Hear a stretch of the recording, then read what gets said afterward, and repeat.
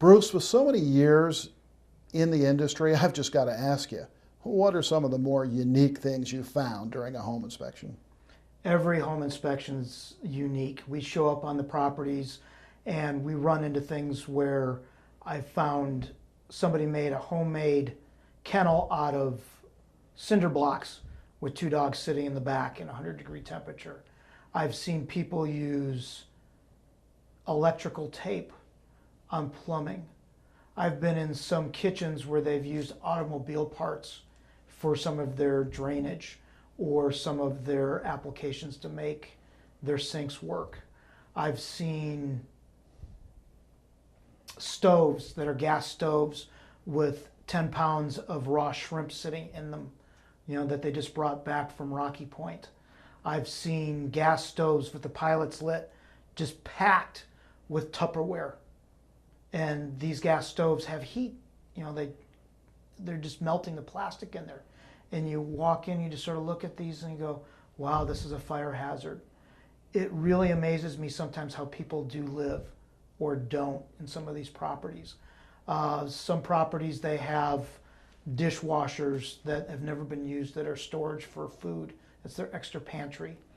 I've seen people take wires and hook them to things that really shouldn't be hooked.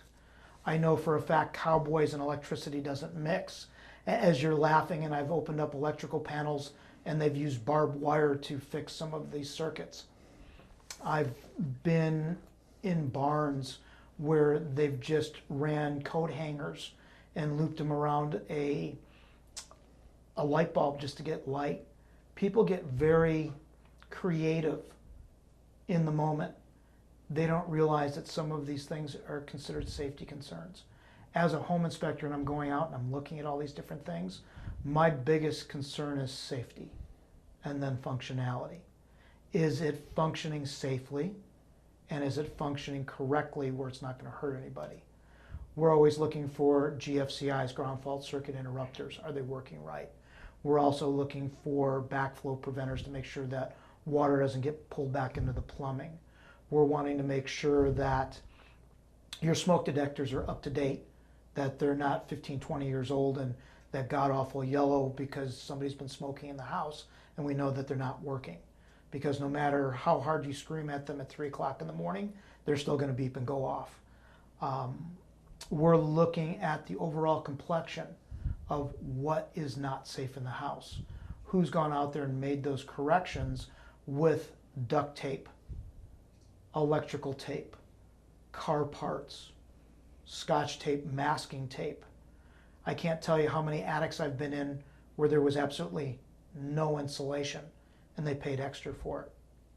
I can't tell you how many roofs I've been on where half the roof is gone because they never put it on and it's missing either the shingles or the tiles or the flashings. And there's just these gaping holes in the attic. Water damage is a big thing. We see this a lot, and it can cause a lot of medical issues for people that have allergies. We look for those as well. There's just so many different things to touch on over the years that I could write a book. And with all of the pictures and the training classes that we all put together, we always put these pictures of latent defects when we're all together and say, this is what I found. Has anyone of you ever found this? We tease people when they call them hot water heaters. Well, no, they're just water heaters. Hot water heater would have a bikini on it maybe, just to make it more presentable.